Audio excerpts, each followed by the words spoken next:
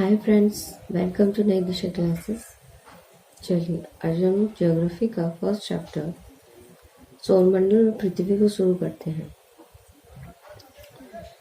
सबसे पहले तो हम ये देख लेते हैं कि आप ज्योग्राफी के अंदर पढ़ेंगे क्या क्या, जैसे astronomy, geology, topography, geography, world geography, ocean geography. इस सारी की सारी ज्योग्राफी कहाँ आ जाते हैं? इन्हीं सब चीज़ों के अंदर ही आप पढ़ेंगे। लेकिन सबसे पहले जो आप पढ़ेंगे इसके अंदर, तो वो है हमारी एस्ट्रोनॉमी। एस्ट्रोनॉमी की अगर हम बात करें, जिसके अंदर हम नक्षत्र, तारे और बहुत सारे ऐसी चीज़ें जैसे कहते हैं ग्रह, ये सारी चीज़ें हम इसके अंदर पढ़ेंगे कि तुम्हारा नक्षत्र खराब है, तुम्हारा ग्रह खराब है, तुम्हारा शनि सही नहीं चल रहा। तो ये सारी चीज़ें कहाँ जाती हैं? हम एस्ट्रोनॉमी के अंदर ही पढ़ते हैं, ठीक है ना। अक्सर हम एड्स वगैरह भी देखते हैं टीवी में। तो ब्रह्मांड क्या है? ब्रह्मांड तो पूरा का पूरा तारों से भरा हुआ है। उसके अंदर गैलेक्सीज हैं, ग्रह है, खगोलीय पिंड है, ये सारी चीजें मिलकर क्या बनी है? एक ब्रह्मांड को बना रखा है इन्होंने। ठीक इसी तरीके से अगर हम बात करें तो सबसे पहले क्या आता है? ब्रह्मांड आता है। उसके बाद हमारे जो है ये तारे आ जाते हैं, जिसमें हम नक्षत्र वगैरह पढ़ते हैं। फिर हम सूर्य की बात करते हैं, फिर हम अपने ग्रह की बात कर लेते हैं, ठीक है। तो इस प्रकार जो है ये एक छोटा सा इंट्रोडक्शन है ज्योग्राफी का। जियो यानी ग्राफी, तो जियो का मतलब क्या है कि हमारा अर्थ, और ग्राफी मतलब क्या है? स्टडी करना, जिसमें हम अपने अर्थ की स्टडी करते हैं, यही जियोग्राफी कहलाता है, ठीक है। तो हमारा अर्थ क्या है? थोड़ा सा जियोइड शेप का है। जियोइड शेप कहने का मतलब है कि कुछ इस तरीके से टेढ़ा मेढ़ा सा दिखता है ये। अगर हम बात करते हैं सूर्य की, तो सूर्य क्या है ना, ये सबसे ज़्यादा इस जो हमारा सोलर सिस्टम है ना, सोलर सिस्टम में सबसे सेंटर पे यही होता है। और कहते हैं कि इसके मतलब ये जो है प्लाज्मा स्टेट में होता है।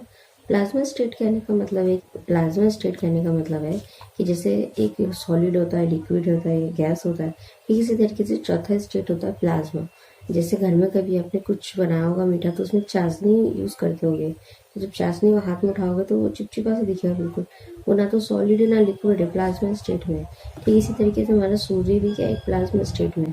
यहाँ पे हाइड्रोजन और हीलियम नाम की दो गैसें पाई जाती हैं। हाइड्रोजन का हीलियम में संलयन होता है। तो सौरमंडल में क्या है कि इतना लाइट है, इतना प्रकाश है, तो ये सब आते कहाँ से है? तो ये सूर्य ही एकमात्र साधन है। तो जिस चीज़ के अंदर भी जो है ना यहाँ पे लाइट प्रकाश होती है, तो उसमें थोड़ी चमक तो होती है ना। ठीक इसी तरीके से हम देखते हैं नक्षत्र मंडल की बात कर लेते हैं। नक्षत्र मंडल कैसे, मतलब जैसे अक्सर हम पढ़ते हैं तुम्हारे नक्षत्र खराब है, इसको दिखाओ, उसको दिखाओ, ये सारी चीज़ें हम इसी एस्ट्रोनॉमी के अंदर ही पढ़ेंगे। होता क्या है ना कि जब आप आसमान की ओर देखेंगे तो तारे जो है ना एक आपको एक ग्रुप में दिखाई देंगे। ग्रुप में कहने का मतलब कुछ इस तरीके के शेप को आपको दिखाई देगा। और अक्सर होता भी, कई बार देखिए, कभी ट्रायंगल शेप में दिखेगा, कभी स्क्वायर, मतलब अलग अलग शेप में दिखते हैं, या कभी इंद्रधनुष जैसा कुछ बना लिया, इस तरीके से दिखाई देते हैं। तो इसी को ही नक्षत्र मंडल कहते हैं। यानी तारे जो है ना अपना एक समूह बना लेते हैं। जैसे कभी कभी एक डॉग जैसा भी दिखाई देता होगा इंद्र, कभी तीर धनुष जैसा भी दिखाई देता होगा, तो इसे ही नक्षत्र मंडल कहा गया। खगोलीय पिंड की अगर हम बात करें, खगोलीय पिंड या कैलेशियल बॉडीज कह लो, तो कैलेशियल बॉडी का मतलब हो जाता है जितनी भी चीज़ें जिसमें चमक होती है। जैसे मून, हमारा चंद्रमा, उसमें चमक है, तारों में चमक है, सूर्य में चमक है। क्यों चमक होती है? क्योंकि जिसके अंदर भी हीट यानी ऊष्मा प्लस प्रकाश दोनों होता है, heat plus gas, heat plus light दोनों ही होता है, तो इसीलिए इसमें चमक होती है। और इसी के कारण जो है ना इतना ही रात को चमकते रहते हैं।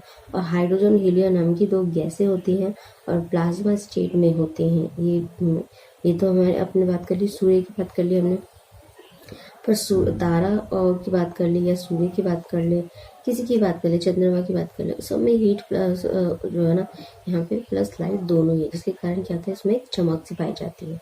ठीक है, चलिए आगे देखते हैं। जैसे सप्त तारा की अगर हम बात करें, सप्त ऋषि की बात करें, तो इसी तरीके से तारे जो है ना समूह होते हैं, इसमें 7 तारे होते हैं, इसलिए इसे सप्त तारा कहा गया।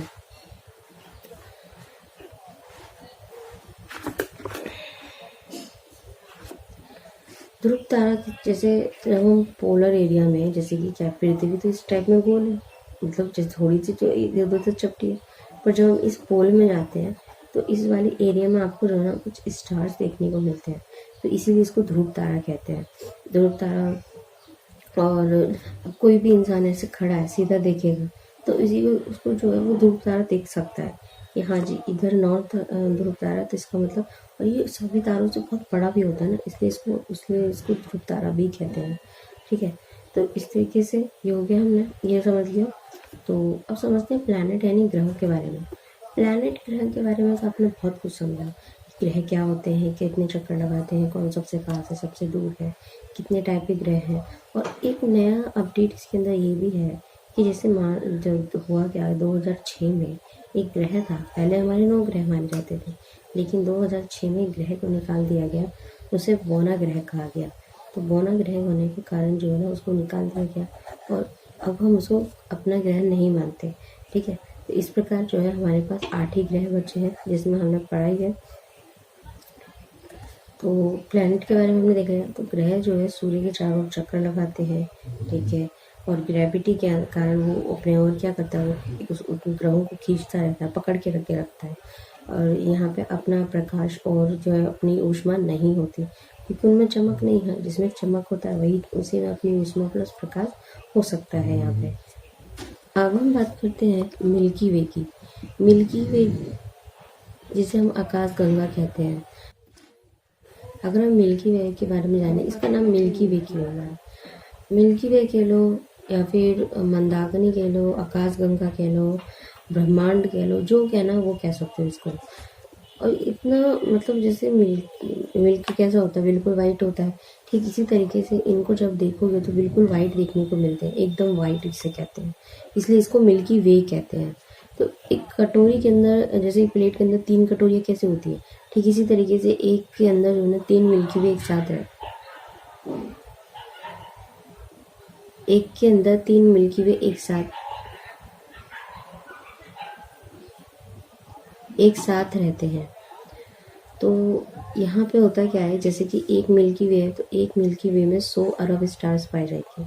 ऐसे ही 100 अरब मिल्की वेज है हमारे पूरे वर्ल्ड में। तो इसलिए तारों की गणना करना इतना इजी नहीं होता है। ठीक है, तो हम अक्सर कहते हैं कि हाँ जी तारों की काउंट करनी नहीं कर सकता, कोई नहीं कर सकता इस दुनिया में। ठीक इसी तरीके से अगर हम अपने जहाँ हमारी जो मिल्की वे है उसका नाम देवयानी है, दूसरी है एंड्रोमेडा, इसकी पड़ोसन के रूप में देख सकते हो तुम इसको। ठीक है, तो यानी इसी के बगल में कौन है, एंड्रोमेडा, और हमारी कौन सी, देवयानी। ओके, अगर हम बात करें मिल्की वे की, तो मिल्की वे जो है ना करोड़ों तारों का समूह है। करोड़ों करोड़ों क्या तुम मतलब जैसे अभी हमने क्या पढ़ा कि 100 अरब स्टार्स इसके अंदर पाए जाते हैं, तो 100 को 100 से पूरा कर दो, कितना मतलब कोई लिमिट ही नहीं है इसकी कितनी है यहाँ पे। तो इसलिए करोड़ों तारों का समूह जो है ना लाखों आकाश गंगा या फिर ब्रह्मांड का निर्माण करता है ना।